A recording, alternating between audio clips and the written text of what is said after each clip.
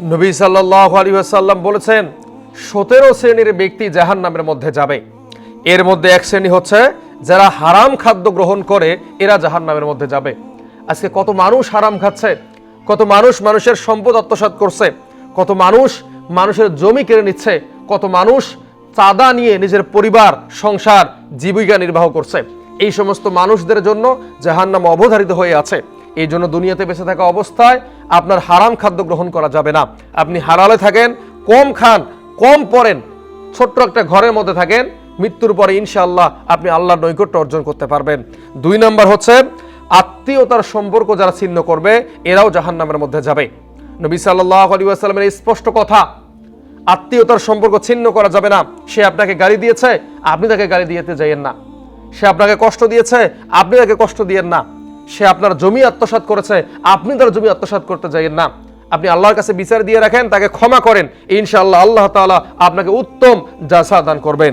3 নম্বর হচ্ছে যারা প্রতিবেশীকে কষ্ট দেয়, এরাও কখনো জান্নাত পাবে না। আজকের দিনে দেখা যায় প্রতিবেশীর যন্ত্রণায় বাড়িতে থাকা যায় না।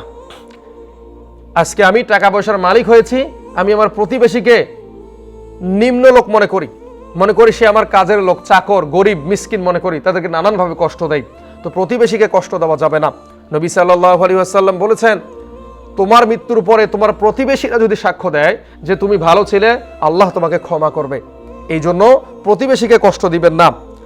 4 নম্বর হচ্ছে মা বাবার অবাধ্য সন্তান যারা পিতামাতাকে কষ্ট দেয়, পিতামাতার কথা শোনে না, পিতামাতাকে 4 পয়সার মূল্য দেয় না, এই সমস্ত সন্তানেরা এরাও জাহান্নামের মধ্যে প্রবেশ করবে।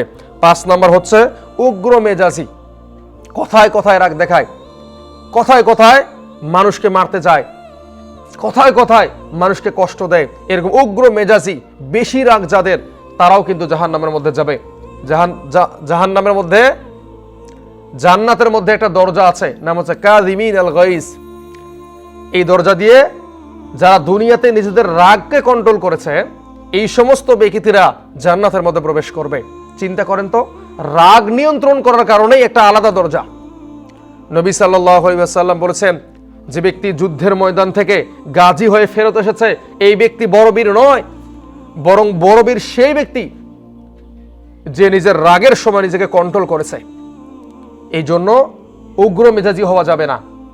7 নম্বরে নিজের অধীনস্থ ব্যক্তিবর্গদেরকে কষ্ট দেওয়া। অনেক সময় অনেক মানুষের চাকর থাকে, কাজের লোক থাকে, এদেরকে নানানভাবে কষ্ট দেওয়া হয়। কিছুদিন আগে আমরা দেখলাম এয়ারপোর্টের কর্মকর্তা একটা ছোট্ট বাচ্চাকে যেভাবে আঘাত করেছে, যেভাবে গরম খন্তি দিয়ে তারা মুখ চোখকে পুড়িয়ে দেওয়া হয়েছে, এটা দেখে কাঁদিনি বাংলাদেশের এমন মানুষ নাই। পরবর্তীতে আলহামদুলিল্লাহ এই জানোয়ারের শাস্তি হয়েছে। এই জন্য অধীনস্থ কর্মকর্তাদেরকে কোনোভাবেই কষ্ট দেওয়া যাবে না।